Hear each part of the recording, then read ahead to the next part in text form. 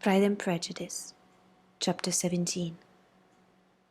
Elizabeth related to Jane the next day what had passed between Mr. Wickham and herself. Jane listened with astonishment and concern. She knew not how to believe that Mr. Darcy could be so unworthy of Mr. Bingley's regard, and yet it was not in her nature to question the veracity of a young man of such amiable appearance as Wickham. The possibility of his having really endured such unkindness was enough to interest all her tender feelings, and nothing, therefore, remained to be done but to think well of both of them, to defend the conduct of each, and throw into the account of accident or mistake whatever could not be otherwise explained. "They have both," said she, "been deceived, I dare say, in some way or other, of which we can form no idea. Interested people have perhaps misrepresented each to other.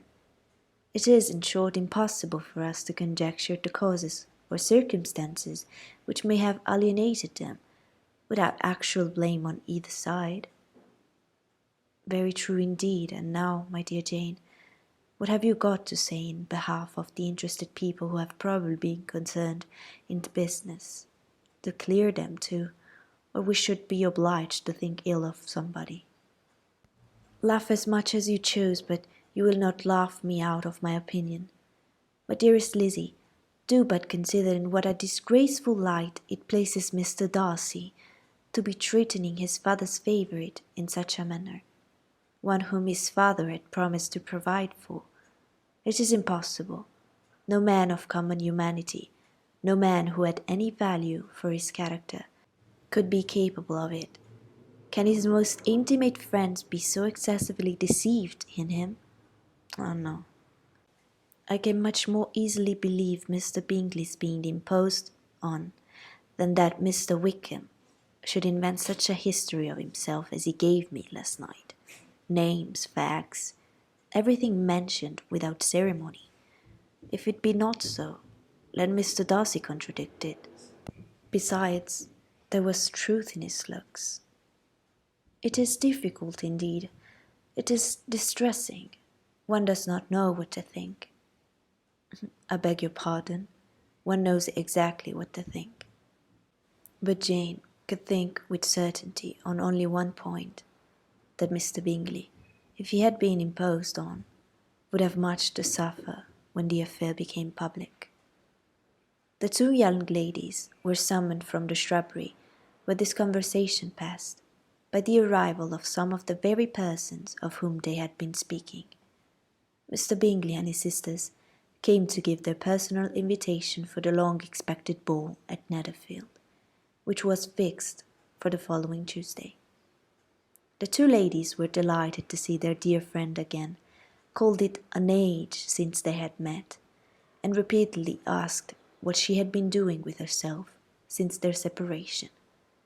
To the rest of the family they paid little attention, avoiding Mrs. Bennet as much as possible, saying not much to Elizabeth, and nothing at all to the others. They were soon gone again, rising from their seats with an activity which took their brother by surprise, and hurrying off as if eager to escape from Mrs. Bennet's civilities. The prospect of the Netherfield ball was extremely agreeable to every female of the family. Mrs. Bennet chose to consider it as given in a compliment to her eldest daughter, and was particularly flattered by receiving the invitation from Mr. Bingley himself, instead of a ceremonious card. Jane pictured to herself a happy evening in the society of her two friends, and the attentions of her brother, and Elizabeth thought with pleasure of dancing a great deal with Mr. Wickham, and of seeing a confirmation of everything in Mr. Darcy's look and behaviour. The happiness anticipated by Catherine and Lydia depended less on any single event, or any particular person, for though they each, like Elizabeth, meant to dance half the evening with Mr. Wickham, he was by no means the only partner who could satisfy them, and a ball was, at any rate, a ball. And even Mary could assure her family that she had no disinclination for it. Well, I can have my mornings to myself, said she. It is enough. I think it's no sacrifice to join occasionally in evening engagements. Society has claim on us all, and I profess myself one of those who consider intervals of recreation and amusement as desirable for everybody. Elizabeth's spirits were so high on the occasion that though she did not often speak unnecessarily to Mr. Collins, she could not help asking him whether he intended to accept Mr. Bingley's invitation, and if he did, whether he would think it proper to join in the evening's amusement. And she was rather surprised to find that he entertained no scruple whatever on that head, and was very far from dreading a rebuke, either from the Archbishop or Lady Catherine de Bourgh, by venturing to dance.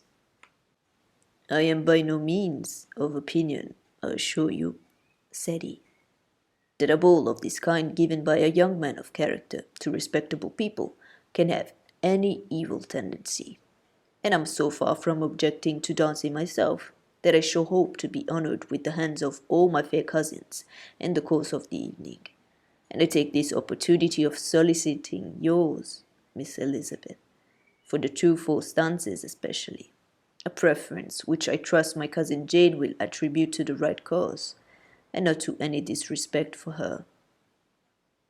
Elizabeth felt herself completely taken in. She had fully proposed being engaged by Wickham for those very dances, and to have Mr. Collins instead. Her liveliness had been never worse timed. There was no help for it, however. Mr. Wickham's happiness and her own was perforce delayed a little longer, and Mr. Collins' proposal accepted with as good a grace as she could. She was not the better pleased with this gallantry, from the idea it suggested of something more.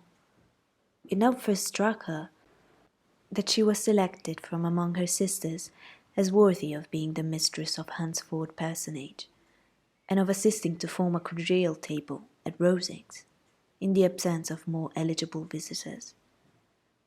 The idea soon reached to conviction, as she observed his increasing civilities towards herself, and heard his frequent attempt at a compliment on her wit and vivacity, and though more astonished than gratified herself by this effect of her charms, it was not long before her mother gave her to understand that the probability of their marriage was exceedingly agreeable to her.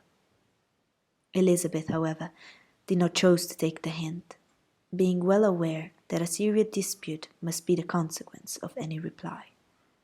Mr. Collins might never make the offer, and till he did, it was useless to quarrel about him. If there had not been a Netherfield ball to prepare for and talk of, the younger Miss Bennet would have been in a pitiable state at this time.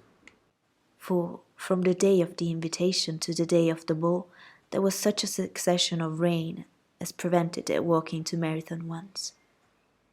No aunt, no officers, no news could be sought after. The very shoe roses for Netherfield were got by proxy. Even Elizabeth might have found some trial of her patience in weather which totally suspended the improvement of her acquaintance with Mr. Wickham, and nothing less than a dance on Tuesday could have made such a Friday, Saturday, Sunday, and Monday endurable to Kitty and Lydia.